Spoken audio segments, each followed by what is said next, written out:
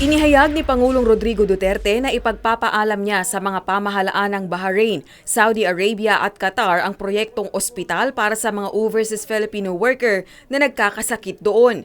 Binanggit ng Pangulo ito pagdating niya sa Pilipinas mula sa halos isang linggong state visit sa Middle East kaninang madaling araw. Marami doong nag-retire na at gusto nang umuwi o kailangan ng medical attention. Kaya sabi ko, ang hinihingi rin nila is kailangan nila ang ospital. So we will look for the money and I will ask their permission to establish even just a small general hospital to cater to all the health needs of our countrymen.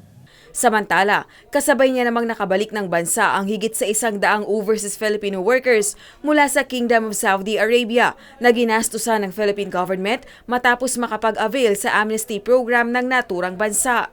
Ipinaliwanag ni Pangulong Duterte sa mga OFW na ito ang dahilan kung bakit inuna niyang bisitahin ang mga bansang Saudi Arabia, Bahrain at Qatar matapos ang kanyang pagbisita sa mga ASEAN member countries.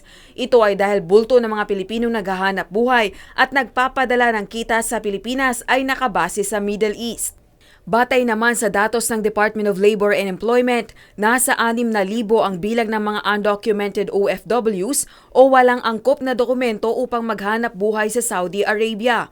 138 sa mga ito, ginastusan na ng pamahalaan upang makauwi na ng Pilipinas ngayong araw.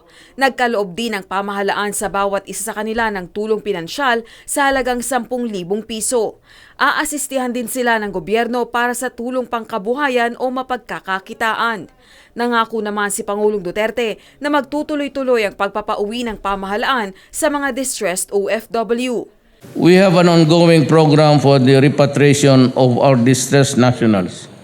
Pinapangako ko yan sa inyo. Gagawin natin araw-araw. We will have to spend money. I will look for the money.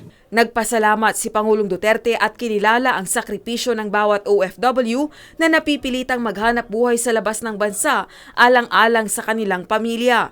Inatasan din ito ang mga kaukulang ahensya ng pamahalaang tutukan at ibigay ang kinakailangang assistance sa mga repatriated OFW. At one time or another during their productive years in their life, they help us very much.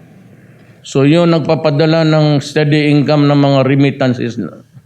So kailangan magbayad tayo at malaki ang binibigay ng overseas workers. Rosa Licoz, UNTV News and Rescue, Pasay City.